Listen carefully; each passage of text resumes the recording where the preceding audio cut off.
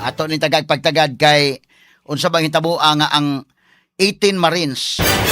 18 ka mga Marines mahigala nga maoy ang ilang abogado sa Attorney Baligod. Unya sila si Mike Defensor, sila patong kuyuga mga higala. Gidiskredit to nila nga wa man to mga 18 Marines, 18 kargador to. Wala to ikuan ana. But ang ombudsman, ang imong katingalahan kay kadtong ilang affidavit og imong gamiton against mahigalang bibi mo nato nila kuana, wala to nila ipadayon, wala to padayon tong investigation. Pero ila tong gigamit against mahigalang Martin Romualdez. Straight to the point. Ang problema ron mga kigalaan, ang out of 18 members of the Philippine Marines, kaniadto, ex-Marines, upat ni ini ang ni-withdraw, ni-recant sa ila mahigalang testimonies. Straight to the Now, point. atong balik-balikan mga kaigalaan gamay. Ang pamahayag kay upat ka mga ex-bodyguards, ni-recant ni sa ilang statements, batok ni Marcos o ni Romualdez. Unsa may mahitabo sa kaso ini nga, giingon nga, naana patong-patong nga kaso ipasaka sa ombudsman. Straight to the point. Mao ni ang 18 Marines. Gibaliwa na ng ilang testimonies, pero aron mapindawon mahigala si Romualdez, gigamit ang ilang affidavits. Ang problema ron, nang withdraw na ang upat. Niingon mga higala kining upat ka mga former bodyguards ni ako Bicol Party List Representative Saldico.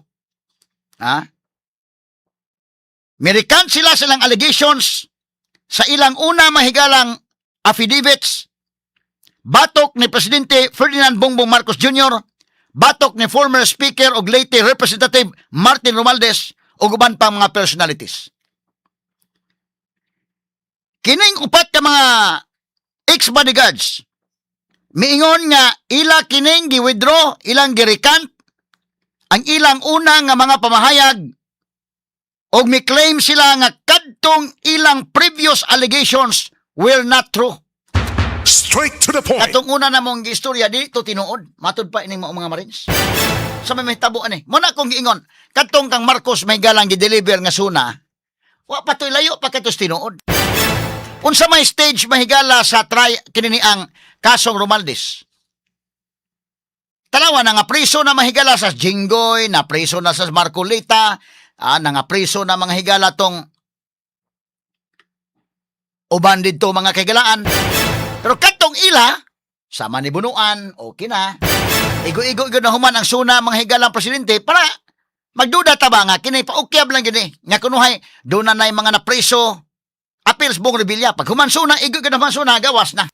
Straight to the point. So, agi lang to mahigala og konsuelo ba sa mga tao nga naana. Unya atol sang suna yung sa patong-patong na nga kaso batok ni Romualdez. Unsa man ni ron nga nang withdraw man ng mga Marines. Ngano nang withdraw man ni sila? Mutuo mong kalit na nag-withdraw in the Marines nga kwan or do na mga higalay mga lingin nga katarungan o kwadradong hinungdan ini.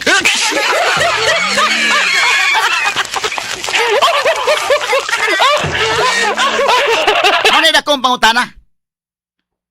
Na atong tagagpagtagad ha, asa man tong kuan. Kay ofiran ba na sila day daghang mag-ofiran nila. Unya, kuyaw pa ilang pamilya, gipang ofiran sila mahigala mauni mo na para mo withdraw. Karon ni withdraw na gyud. Tanaw atong balikan ang suna ni Marcos. Mura pod mahigalag. Mo na makaingon ka unsa man iya? Tinuod gyud iya or gisud na pos bulsa mga tao or maulian? Kaya negative na ba ang rating? Og tinuod ni mga higala makaingon kita nga kana gyud. Doon na gyud manubag. Pero ingon mo sa Romualdez nga di pa ko sugot pa pwedeng akura. Og inyo kung drag pa ubos na dadoon tasan mo. Pwedeng mag-inusara ko ani. Unya tanawa ha ang mga leksyon nga to makuha ani. Kani nga suna mahigalad pag-deliver ni Marcos bag-ubag upag guni nga portion sa angkan human sa mga greetings mo ni giuna gud. Di makatch gyud ang atensyon sa publiko man ako ingon og imong evaluate ang suna sa presidente. Mayong pagkasuwat. Kay pag pirmiro pa lang mahigala, sama nimo nga makatch ang atensyon kay mga ubang tao may minaw suna ay kapoy na kasuna pero makadungog ka sa first 5 minutes makatch ang atensyon ay minaw ta. Nga naman kay limang ka pag pirmiro pa lang na patong-patong na nga kaso batok ni Romualdez. Straight to the point. Alas 9:32 na. Now, niya na mga higalang pagsulting Marcos atol siyang State of the Nation address. Kaya, kita magin mo mahigala, kaya gitilibayas man na. Kabati man mo sa Arimen, ato man ang kubiran sa radyo. Ato man ang mahigalang live sa Facebook o sa YouTube. Daghan man ang mga nag-live na. So, kita tang tanan, nga pagsulting BBM man na, nga patong-patong nga kaso batok sa speaker, og matod pa niya, hindi ako pangulo sa aking pamilya, pakpak ang mga congressmen. Doon na mga dili congressmen nga to dito, pero sagad ang tuwa dito, majority nga tuwa dito, ang Congress. Mga congressmen o mga senators dito, pati nagkana na makpak sila. Pangutana ron, namakpak sila nga, grabe man sa support ni Speaker Romualdez. Best ever speaker man kuno na matod pang Luistro. Og matod pa mahigala man ako pangutanan dako. Namakpak ni sila. Nya pagpamakpak nila ako pangutanan si Luistro. Nya apil ba kag pakpak nga apil ba to kasip-sip mahigala nga dahil kay speaker. Hastas Barbers.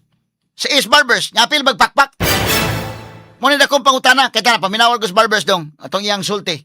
Na ako no yung support pag primero ko ito pagkanaogon sa speaker dili man kinahanglan manaog kay na ay support kani mo ni si Speaker Romualdez duna Speaker of the House nga naa pagi sa speaker nga mao si Ace Barbers. Sige dong Change of leadership, isa ring mainit na issue yan. Pero nakita naman natin na ito will die a natural death. Ika nga. No? And this has not actually crossed the border of getting the interest of the majority of the members. In fact, nagpakita ng suporta ang mayorya, no? More than the majority.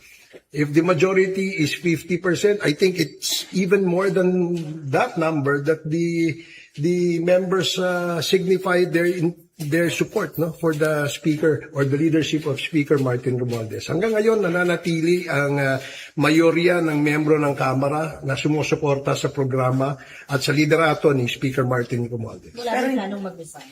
Walang planong mag-resign, walang planong pagtatanggal, at wala ring plano na magkaroon ng palit ng liderato dito sa mababang kapulutan. Okay. Okay, tanawa mo ni ang iyang spokesperson na ang mga higalay majority kuno. Majority sa mga members sa House na man nakasupport ni Speaker. Pero nga nung pagsulting Marcos may kila pakpak silang tanan.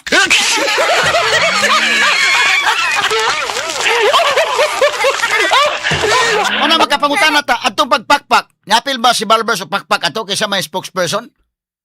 Og labaw tanan sa Luistro ni apil magpakpak kay siya man mahigala mo ingon nga best ever speaker gyud kuno na sa Romualdez.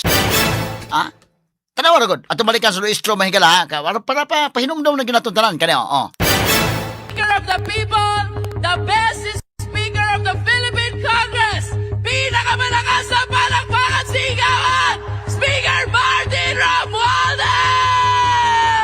Correct ka dyan. Sa panahon ni President Bongbong Marcos, sa panahon ni Speaker Martin Romualdez, correct me if I'm wrong, bumaha at bumagyo ng biyaya dito sa ikalawang distrito ng ating lalawigan. Kaya may AX dahil ni Speaker. Kaya may akap dahil ni Speaker. Kaya may tupad dahil ni Speaker. Kaya may mga barangay road dahil ni Speaker. Kaya may patubig dahil ni Speaker. At kaya may groundbreaking ngayon dahil ni Speaker.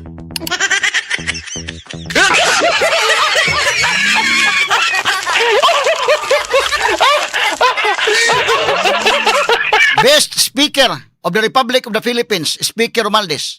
Nya si Luistro napil ba kag pakpak ato? Purbida di man ta mahukmanon mahigala no pero kana na the fact lang daan nya kini si Romualdez mahigala Speaker of the House, ang iyang asawa congresswoman sad, ang iyang anak congressman sad. Grabe. Diha mahigala sa lower house, tulo silang sakop sa pamilya, immediate family. Nga naa diha. Makaingon sa tag dito sa Tacloban ng Inday Maris. Sa first district sa Liti, wala naging mayang laki dito lain. Ilang pamilya ra gyud.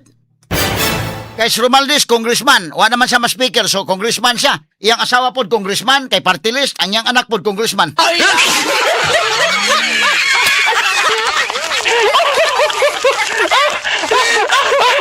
Wala nga, og inon nga, kurakot ni si Romualdez, makatuo ba ka nga kurakot si Romualdez? Pwede di ka mo tuo. Pwede ba yung tadi ko mo tuo. Pero the fact, mahigala grabihan na sadang, okay pa ba yun ng kuana dahi nga, ikaw ang bana, congressman, ang asawa, congressman, ang anak, congressman. Silang tulog yun, naa sa ubos balay balauranan. Ngilngigang, katawang Romualdez ay, ginganlan may galag best ever speaker. Nya karon, mana kong giingon, katong sulting Marcos, na makpak ang mga congressmen, ang mga tao sa mahigala, mutuo ba ka adto nga tinudo na gyud si Romualdez or drama ra ang tanan? Kay og mingon ka mahigala nga tinuod, although mo nakahatag pud mahigala og statements Romualdez, o moyong kag tinuod, o bisan og komedya ra ko hinuon to, mo nang issues Romualdez mahigalag statement, pero o ba ka to hunghungi daan Inday Maris nga sige lang kay mga tao nasuko naman para na pawa lang sa kasuko sa mga tao inyon lang nga naana imong patong-patong nga kaso. Pero ay lang kabalaka kay ato ra nang hunghungan kay depende naman na nga kanus amo hinog mo hilaw ni Remulla.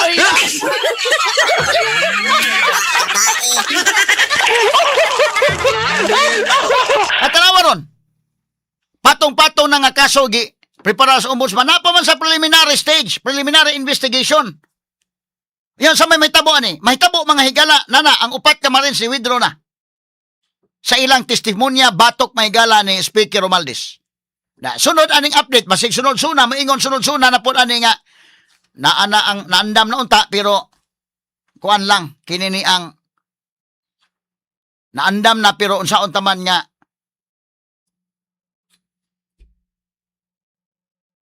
nakuwang nahilaw man mahinog dayon.